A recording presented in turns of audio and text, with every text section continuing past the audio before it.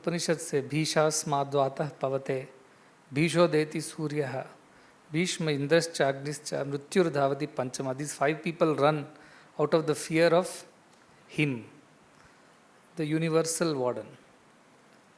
The wind blows because of his fear. The sun rises because of his fear. Indra, Agni, they do their jobs because of his fear. And Mrityu, who also has to do his duty. Dhavati Panchama. These 5 run and do their duties out of the fear of the God. That's how God controls the activities of the universe.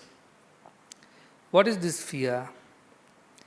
Is it that God is going to punish Indra, Agni, or Surya, or Yama? This fear is born out of respect for who God is, and the respect to the work that has been given by God to all these devatas. God has given me this task to do, and I must do it well because I respect God, I love God, I want to please God. And that I should not displease God by any of my action. That is the fear. That God will get angry and shout at me or punish me. That is not the fear. Fear is I should not, in my mind, in my word, in my deed, do anything that will displease somebody whom I love so much. With that fear alone, the universe operates and does what it needs to do. Sun rises at its time, sets at its time, the wind blows, seasons change. All the gods who are under the control of Indra, they do their jobs. Even death, on its time, it comes and picks up people and does what it needs to do thereafter. So truly, if you have the love for God, then there is fear of sin, I say. But the world, how it operates, fear of God and love for sin. But I want to teach everybody the other way around. Don't fear God. God is not to be afraid of. That you should fear God, He is going to punish you for what you do, or He is going to reward you for the good. Truth is that whatever you do, the results are attained according to that. God is not involved in punishing or rewarding anybody. He is witness, Sakshi Bhuta. He only is witness. And at the best, He tells you. See, if you want to avoid sorrow, avoid misery, avoid bad consequences of your actions, do good. Do right. Do dharma. So that you don't have to suffer.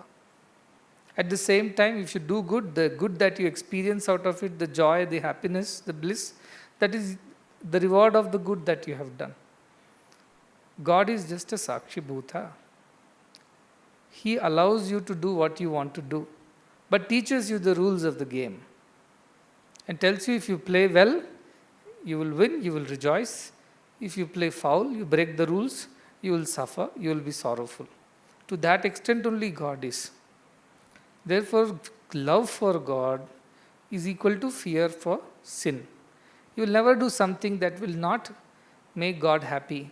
You want God to be happy because He loves you so much, He cares for you. He wants always your good, highest good. Somebody who is always thinking of our welfare, our good. Naturally, we will develop love for such a person. And that we don't want to hurt such a person. That is why we go away from sin.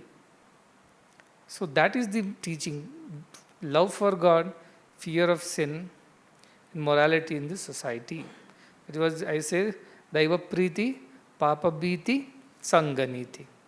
So if you have love for whatever form of God or even formless God, whichever way you think of God, naturally you will desist from doing anything that is not going to be in line with the teachings or in line with the thinking or saying of that God. So to that extent only life is so simple. If you love God, you will not do anything wrong. There will be happiness, morality, dharma in the society. Everybody will be happy. The moment we forget God, all these problems begin. So there is one question is left out. Somebody had written. Same dilemma that he is telling. One side you teach all the Advaita, Sarva Bhuteshu Chatmanam, Sarva Bhutani Chatmani. Both are me. I am in them, they are in me. everything is one and the same, there are no two. That is one side you teach. All the time I keep telling that only, Advaita. At the same time, when we think like that, to do our day-to-day duties, they are saying it may become difficult for us. The interest in the day-to-day duties will fade because we'll think this is Maya. This is not what it is. Isn't it? This is the 18th elephant. This is nothing. So let us not participate in all these activities. In fact, activities should be cut down. We must withdraw. Somebody has written a letter, Swami, nowadays, I don't feel like doing anything. I just feel like being away from everybody, withdraw in my own solitude. Because some thought process is going on in the mind of that person. So he is thinking whether I should be so active, whether I should participate. I don't find interest in what I am doing. I feel that all this is anyways not true. It's Maya. This is the kind of thinking also people can develop. Means Advaita can be totally misunderstood. That is the danger of Advaita. In fact, Advaita is the most misunderstood concept. Once a Shishya came to Shankaracharya, he said, why should you sit on top? Why should I sit down? You are also one, I am also the same. We are one and the same, right?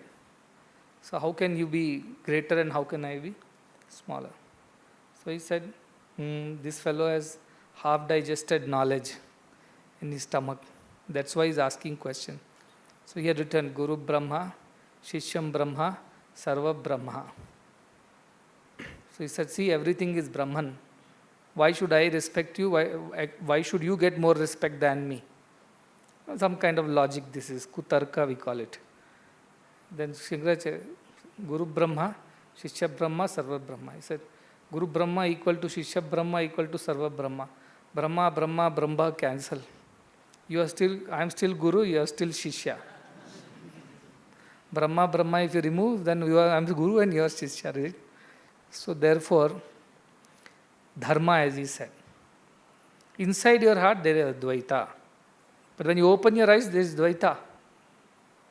Isn't it? You have to behave according to the principles of moral conduct. That is why I say Daiva Priti, Papa Biti, Sangha Niti. So behaving in the society is also a part of my teaching in the sense how to apply these principles, even if it's Advaitic principle in the society today. So when you are in a society, when you are seeing things as they are, one part of you should witness your own doing and one part should be doing. You understand what I'm saying? A part of you should always witness yourself doing it. Then you will be able to understand this relationship between Advaita and Dvaita better. Dvaita Bhava, you have to do your duties. As Advaita Bhava, you should watch yourself do all these duties. So that is the secret of how you can behave in this world without getting deviated from any. Anytime you are doing your duties becomes overwhelming, withdraw like the tortoise and get inside your own shell and become a witness. When there is sorrow, when there is unhappiness, when there is adverse, unfavorable circumstances, you don't know how to deal with it in the Dvaita Bhava. That is the time Advaita will come to your refuge. Withdraw yourself into the shell like the tortoise, they say. Then what happens? You'll be able to sit down and see everything from the right perspective. And again make your thinking correct and go back and follow Dharma again. That is the very important practice in a daily life. So you say that I have to do all this work, but I forget that I am God and they are God because the way they behave, maybe God is in everybody, but not in that person for sure. Look at him, how he behaves. I can't. That time you have to withdraw and go back and say, Swami says everybody is God. So let me sit back and meditate on this thought, and with that thought come back again and see how we can correct each other. So the Advaita and Dvaita are like two sides. You cannot say that without Advaita, Dvaita will survive. No, it won't. It will become a confusion. Without Dvaita, Advaita will become impractical. So both are equally important. And Dvaita Bhava, doing what is required to be done. That is what Ramakrishna used to tell. Inside you, there is Advaita. There is only oneness. But outside you, when you open your eyes, the first question you have to ask is, what can I do for you? Jiva Seva. Then you open your eyes, you should see Shiva in everybody, and therefore you do Seva to all. And when you keep eyes closed, you are Shivoham. You are the God. But the moment you open your eyes, everybody is also God. And accordingly you have to behave. Even if their behavior is not correct, you have to behave from the God standpoint of view. So coming to it, the question that if I do something, I don't get interest, it's not possible that you don't get interest. If you have really understood the principle of spirituality, they are always active. But how are they active? Na kinchit kurvat akurvat. Though both are not there for them. They are doing, yet they are not doing. Now you will tell, your Swami, you are confusing one more level. You are doing, but you are not doing. What does it mean? You are doing as the body. And as Atman, you are a witness to your own doing. As if you are watching yourself on a movie screen. Suppose somebody has recorded your acting and put it on a screen. Now you will sit and watch yourself on the screen. So if you develop this feeling of who is doing and who is watching, then you will distance yourself from all the doing. And that will help you keep your thinking correct, keep your attitude correct. You will not get involved and so you participate, you get involved, and then you are lost in it. But what I say, you do it with great interest. Not that you should do it with any less interest, but at the same time, detachment should be the attitude. So while working, complete interest, complete involvement. Do as it is to be done. Yoga karmasu kaushalam. Do it as it is required.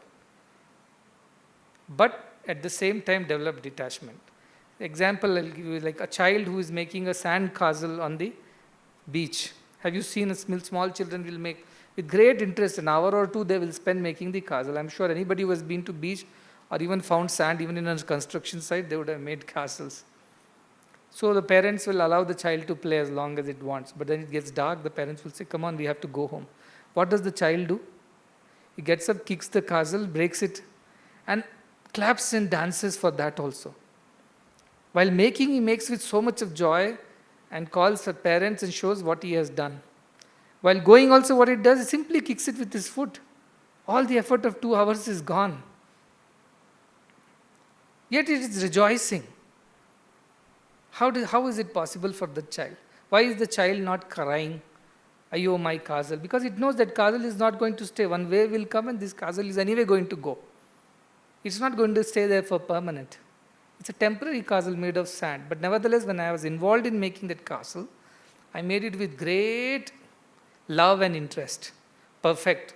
You can even pass your hands this way, that way through that, right? We all have done that.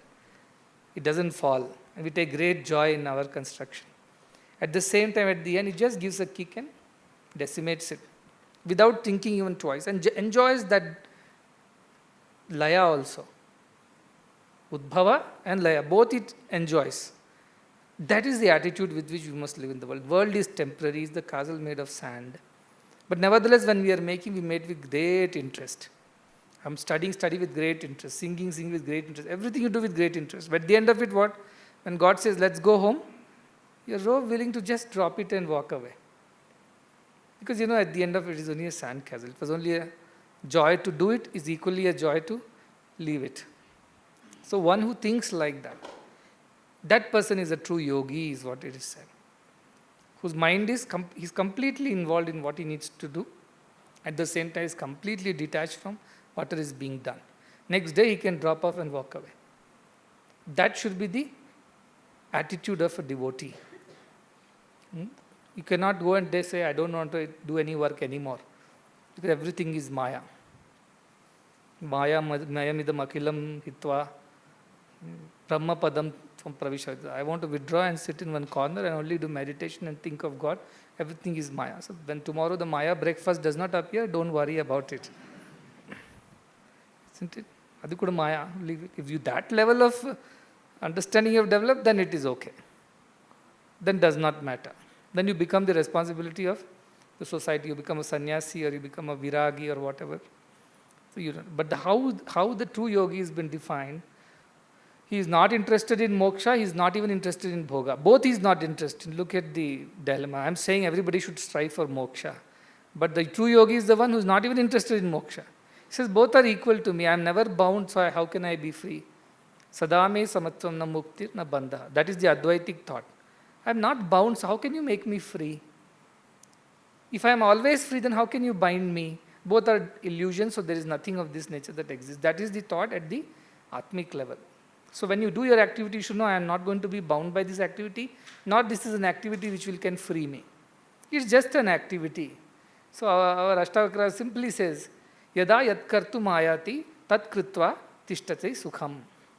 As and when whatever comes to that person, he does that work according to what is to be done and stays in peace. Beyond that, he does not get attached to anything. So detachment in the mind, but interest and passion in your hands, both have to come together. So you work with all your interest, at the same time in the heart of heart, be a witness to what you're doing. And whenever you get too entangled, remind yourself of this child on the beach who knows he has to go home, entertainment is over, playing in this world is over, the parent is calling, just kicks the sandcastle and walks out. Not even just enjoys destroying it. You've seen two children destroying a sandcastle, it is a sight. Have you seen that? I've seen it many times. You should see there's a competition who destroys it first when it comes to destroying it also. Look at the joy of that child. So vimukta, this is free. He was free when he was building the castle, he is free when he is breaking the castle. Both ways is free. So that is the attitude with which you have. So how do this idea of developing, the idea of witnessing your own self is a practice that you must do. At least end of the day, if not every moment. End of the day. I have done all these things through this body today. The mind operated this way, the intellect thought this way. But who was the witness to all these things? I myself was the witness to my own self. That is how you have to develop this attitude. Every day if you develop this, then you will remain in bhoga also, you will be a yogi. In everything that you are doing, you will still not be doing. That is what Ashtavakra was teaching Janaka. Pravruttova nivruttova naiva dhirasya durgraham. Either is pravrutti or nivrutti, both are not difficult for a dhira. Yada yad kartum ayati. As and when things come to such a person, tat kritva tishtati sukham. He remains happy doing whatever comes. Tomorrow you have got another work to do.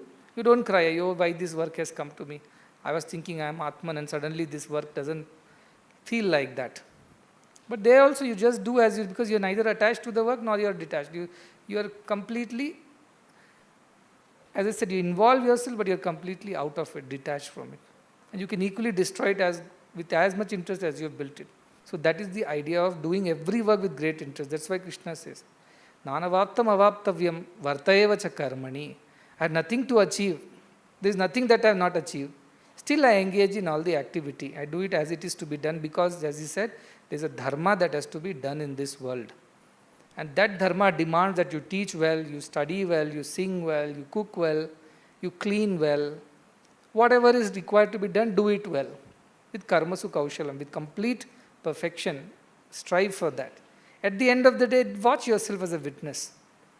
And you should be so happy to just give it away or just drop it and walk away. Anyway, it was never there, right, in the beginning. So we develop this kind of a practice, it will help you.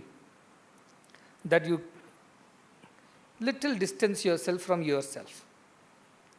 Think like that. It will help you to develop this dispassion for activities of the world. At the same time, you will not lose the interest. Why? Because you are doing it for God's sake. He wants you to do it today. You love God, therefore you want to do this for God. Whatever He is asking or whatever has come your way. At the same time, you remain completely peaceful. And you cannot think all the time like this, but at least once in a day, at the end of the day, you unwind yourself. And practice this idea by end of the day that all this I had to do today, I had to build the sand castle. Because that was what was given to me to do today. Now, end of the day, I destroy it and sleep. Because this whole thing is anyway not going to matter at the end. My attitude alone matters. Manushyanam. Only mind matters. All the other activities don't matter at the end. Only the attitude with which you did these activities matter. That alone either binds you or liberates you. Activities by themselves don't bind or liberate anyone. They are jada. They don't have anything of their own. So Vivekananda said, All the things are dead. It is man who breathes life into it and then either runs towards it or runs away from it. So all the things are dead by nature in this world. We are the one who make it come alive. If you think of something and start pursuing it, it is alive for you. Or you think of something and avoid it, it is alive for you. If you are neither pursuing it nor avoiding it, how does it matter to you? So it is we who make our mind, our attitude, which makes things become important or unimportant to us. So developing this habit is some sadhana is required. Otherwise you will mistake all this Advaita. Why should I do any work? Because at the end everything is Brahman. Do I add anything to Brahman? Do I remove Purnamadam, Purnamidam?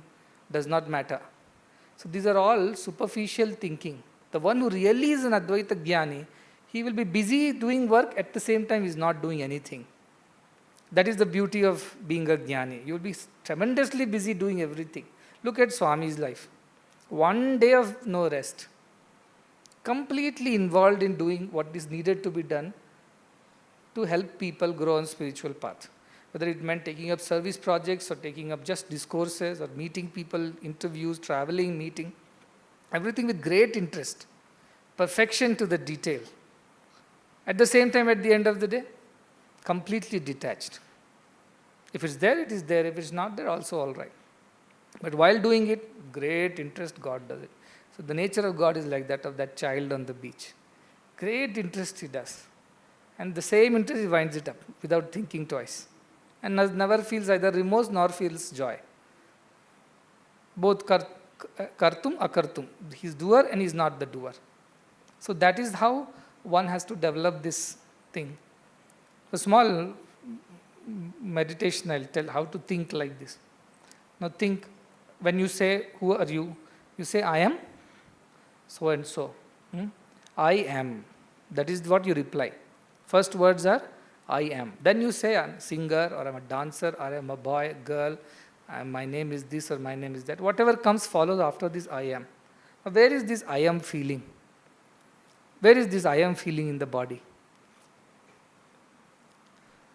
So if you think your body is two halves, is the I am feeling below half or above half? Above half. Okay. Now you draw one more line on your chest. Now where is this I am feeling? Below the chest or above the chest? Above the chest, not below the chest. So Annamaya Kosha is over then. Now you draw one more line on your shoulders. Now is below the shoulder or above the shoulders? Above the shoulder. Now you draw a line, two lines on your head like this. Is it on right side of the head, left side of the head, or center of the head? Where is this I am feeling? So you close your eyes and say, where is this I am coming from? Is it right side of my head, left side, or in the center? So somewhere around my head that I am feeling. Definitely is not in my toe. Definitely is not in my knees. And I never feel that I am in the knees. Somewhere here it is there. Isn't it? So you feel this I is situated somewhere in my head. For a moment did you think, who is thinking like this? I is in the head, but who is thinking about that I? I is definitely not thinking about the I. Because something is thinking about where I is. Isn't it? This is my kerchief. Kerchief, I am holding this kerchief. Rather, I am holding this feeling of I in my head somewhere. So kerchief is mine. I am not the kerchief. Body is mine. I am not the body. This mind is mine. I am not the mind. The intelligence is mine. I am not the intelligence. Even the I feeling, ahankara, which I am talking about right now, lower I, it is also mine, but I am not that alone.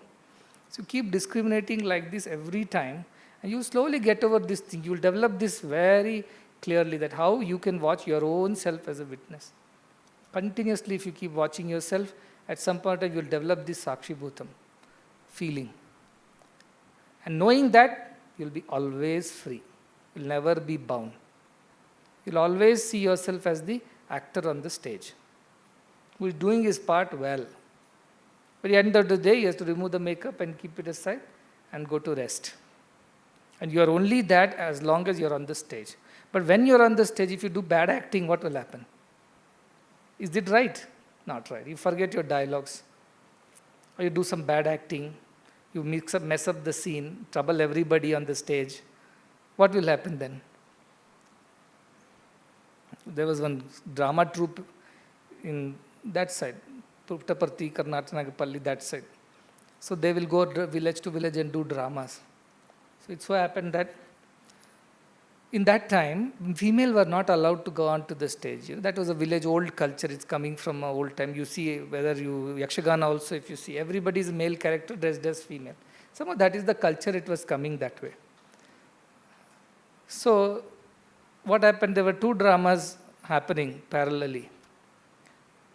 But one female in one drama, female character, that man fell sick. So now they needed one extra female character. In one drama is about Ramayana. Other drama is about Mahabharata. Both the dramas are staging one after the other.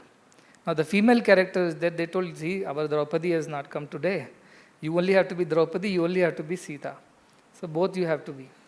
He said, all right. So here what happened? So he finished his Sita's role. He did very well for all that role. Then he came to the Draupadi's part. And then this Chiraharana scene started. The Dushasana came and caught hold of his sari. He forgot that he is Draupadi now. He thought he is still Sita and gave a sound beating to Dushasana on the stage. What are you doing with my sari? The whole drama became a joke, comedy drama. Because he gave a good beating to Dushasana, saying that why are you pulling my sari on the stage? That is what the role is. But he forgot. So like that you will mess up if you forget who you truly are. Isn't it? He thought he is still Sita, whereas now the part has changed to Draupadi. But truly who is that? I am an actor. I have come to the stage to perform my role.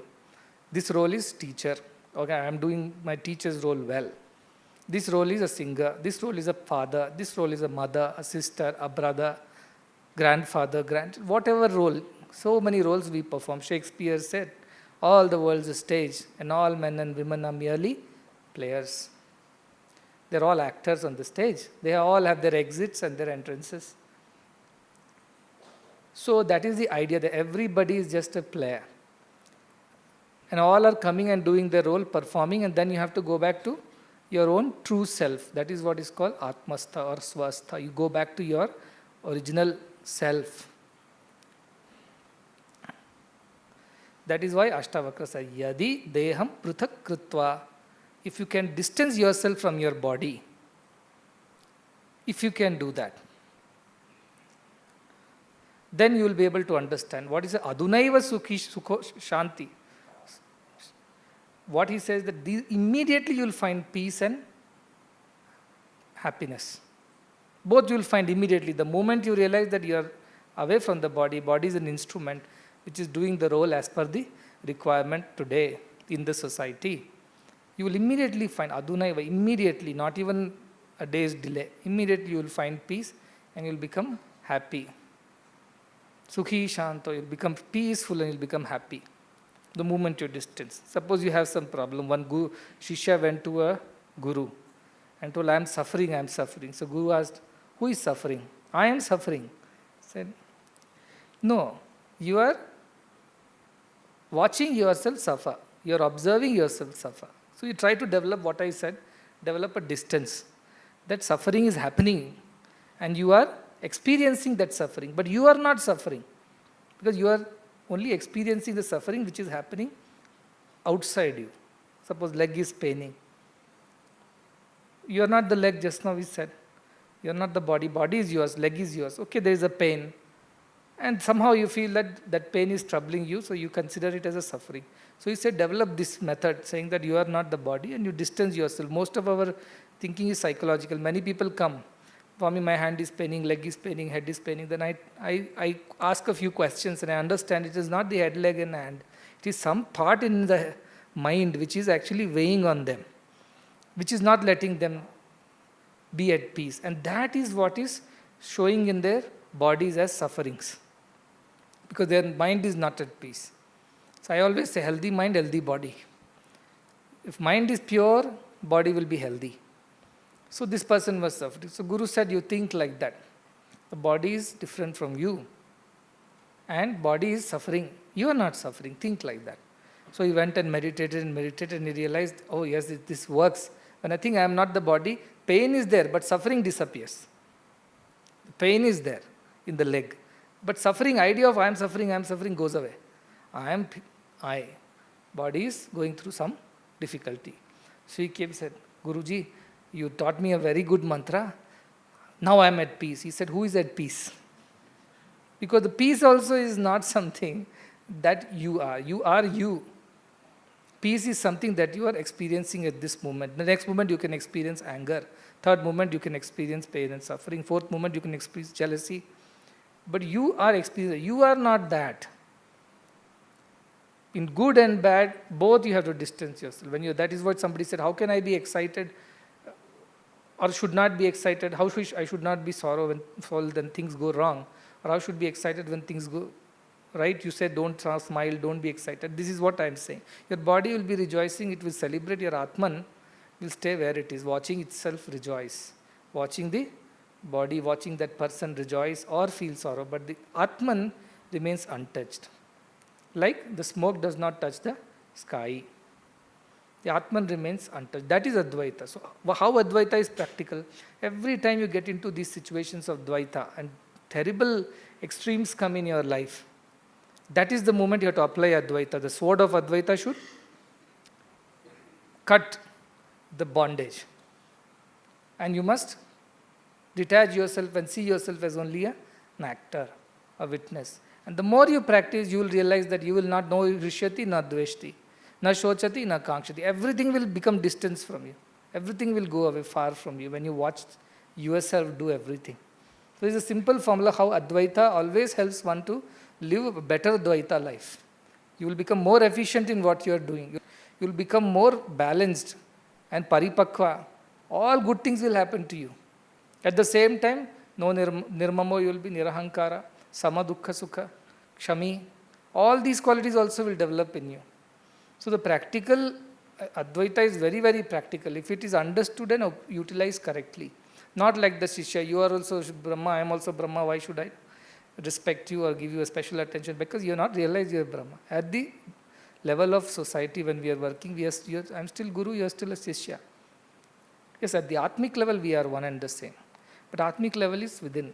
And without, you must be engaging in the activities of the world with great interest, at the same time great detachment. Because at the end of the day, when you witness yourself as the actor, if some actor says, I love this costume, I will wear it all the time. I don't want to take it off. I'll keep the 10 heads of Ravana I've got. It's a beautiful mask. I'll wear it and sleep. I'll wear it and eat. I'll wear it and have bath.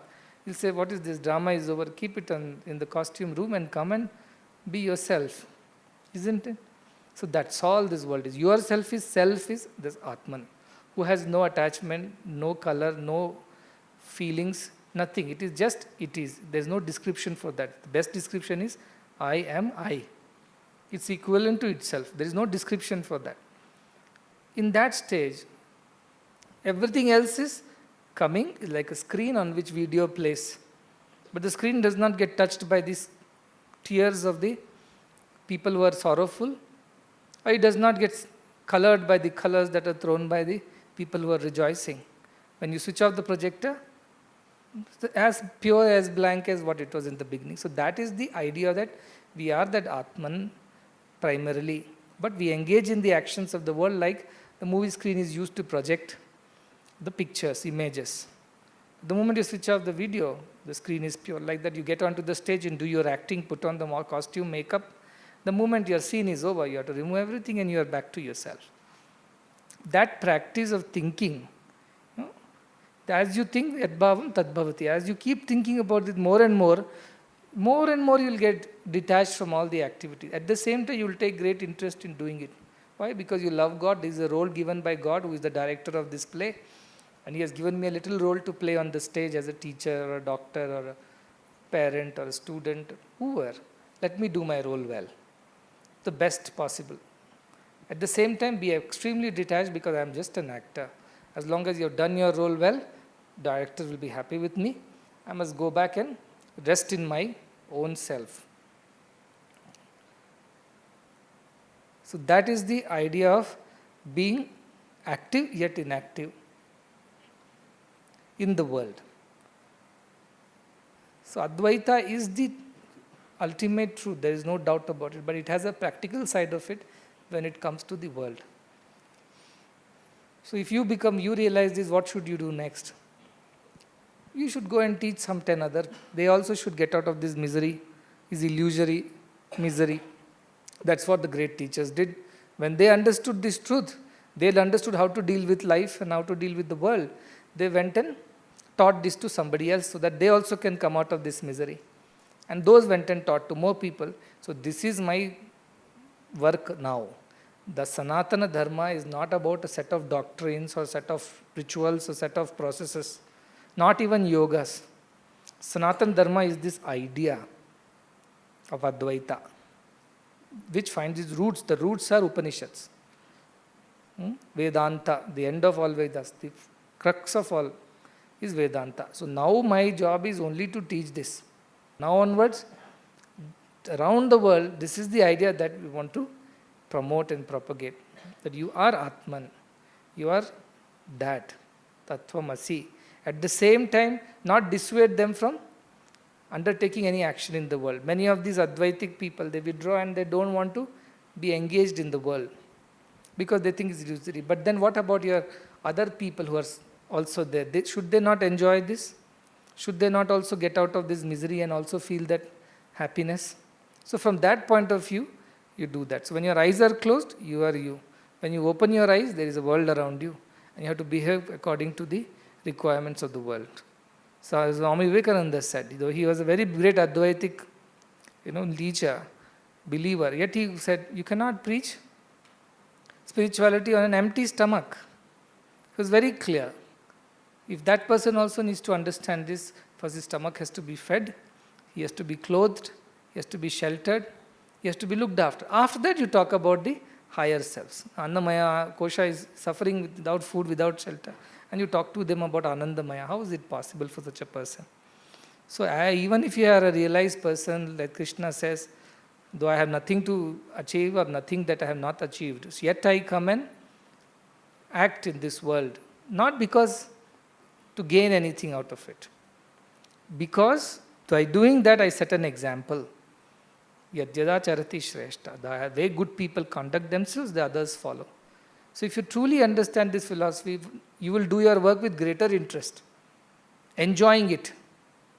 Because you'll say, this is a role that I have been given. I must enjoy my role as I'm playing.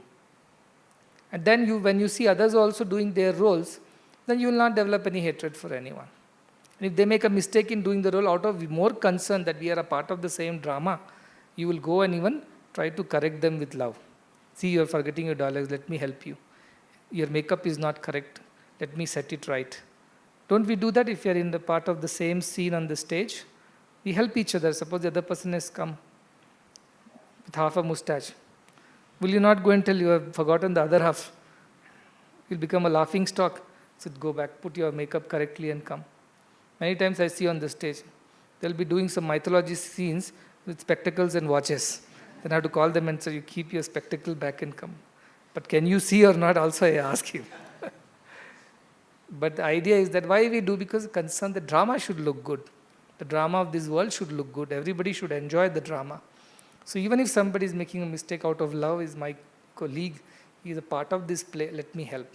To that extent only we will be able to engage ourselves. But at the moment drama gets over, we all remove our makeups, go back to our original self.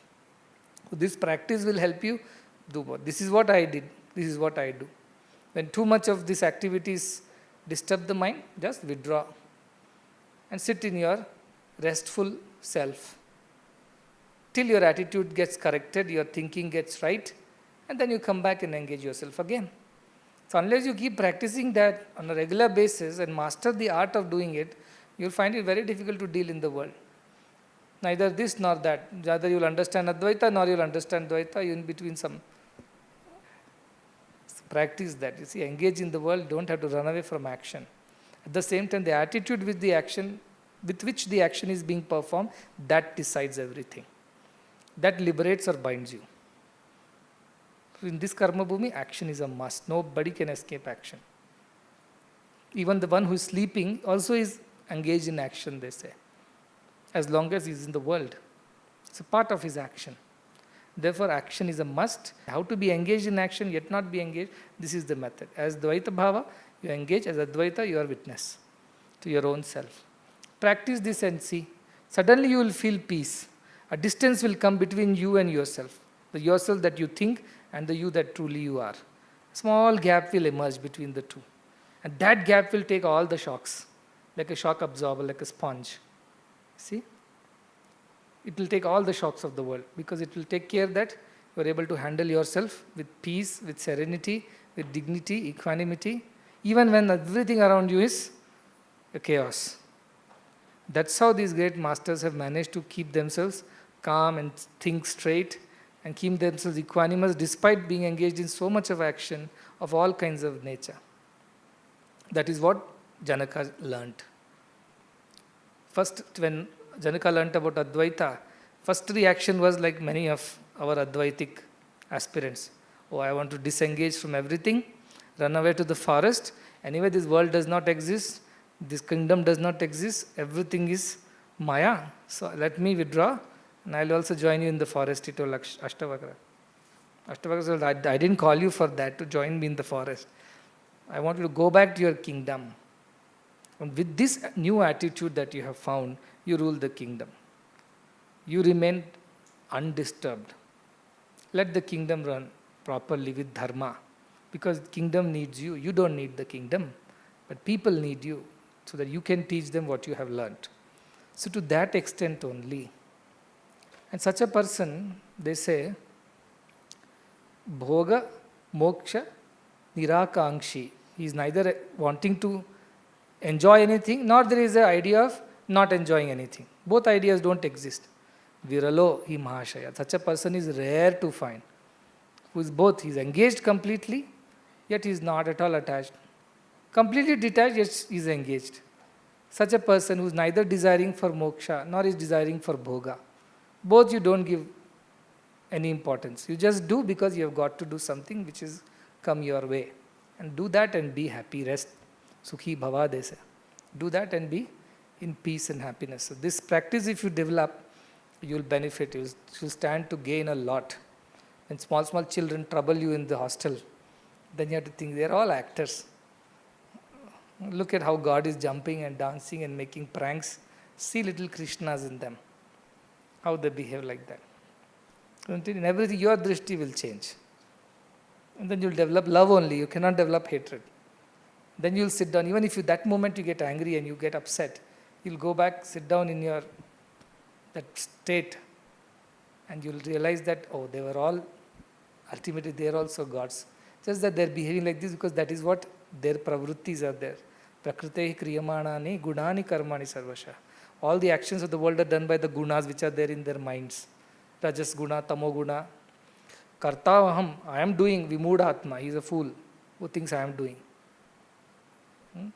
But everything is done by their gunas. So those gunas are like that. This fellow is little naughty by nature. This fellow is very sattvic. So you just understand them as they are. Don't develop any hatred or any attachment to anybody. Some people are like that, teachers. They get so attached to some students and they totally distance the others. Favorable, unfavorable. You have to go beyond that, looking at them as the same principle.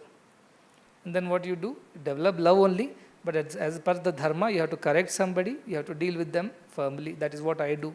I deal with them strictly when I have to deal with them. At the same time, in my heart, I am not carrying any hatred for anybody. Because the first person to suffer if I carry hatred is myself. Other person may not suffer. The first person to suffer with anger is me. The first person to suffer with jealousy is me. I might lose my peace, right? So I don't want to develop any of these negative feelings within myself. And in case these feelings come in a day-to-day life and activity, what is the method? Like the tortoise, just withdraw all your senses and stay within. The moment you do that, you will find peace, you will find balance, you will find correct attitude. And once you have got that right, your attitude is corrected, go back again. You are playing an instrument, it goes out of tune. What do? You stop playing. You tune it back. Then you continue playing. So tune your mind back to the self. and then come back again in the action. So that is the method of balancing both, and you must practice this early, because if you grow too old and then you want to change your attitude in life, very difficult. It becomes hard. Like a wet clay, this is the time when you can early develop this, and later it becomes so hard that you cannot develop. It's very difficult. Then you have to really struggle. Right now it's not a struggle. You can pick up very quickly. So Indian culture is so rich. They say that, I think was Waldo Emerson that you talk about. If he hears one line of Bhagavad Gita, he'll go in ecstasy and start dancing joy. Anytime he hears a line, Sarva Bhuteshu Chatmanam, he'll dance in ecstasy. What a line. Because it's so powerful. Indian thought, you see, so powerful. But we simply said, you are Atman. You are beyond everything, beyond sorrow and happiness, beyond gain and pain, pleasures and sorrow. You are that, you are absolute pure. So if you meditate on this thought more and more, you'll be able to develop this little distance between your body and yourself. And then you will see your body as the actor on the stage and you as the witness to this drama. And with that attitude, everybody also you will see the same way. And that's how you will lose all sense of duality, in the sense hatred or love, attachment or anger, jealousy, all negative, these dualities will disappear. But this is a little practice you have to do on a regular basis, especially when you get really upset with something goes really wrong. First thing you have to do is that do what dharma requires at that moment, do, but immediately come back and see to that your attitude is right. You have not developed hatred for the person. You have not developed negative feelings for anybody. Make sure that you wash off your mind clean. Go back to yourself and then come back again and deal with them as it needs to be dealt. That is the Raja Rishi Janaka's way. Samasta loka sukhino bhavantu. Samasta loka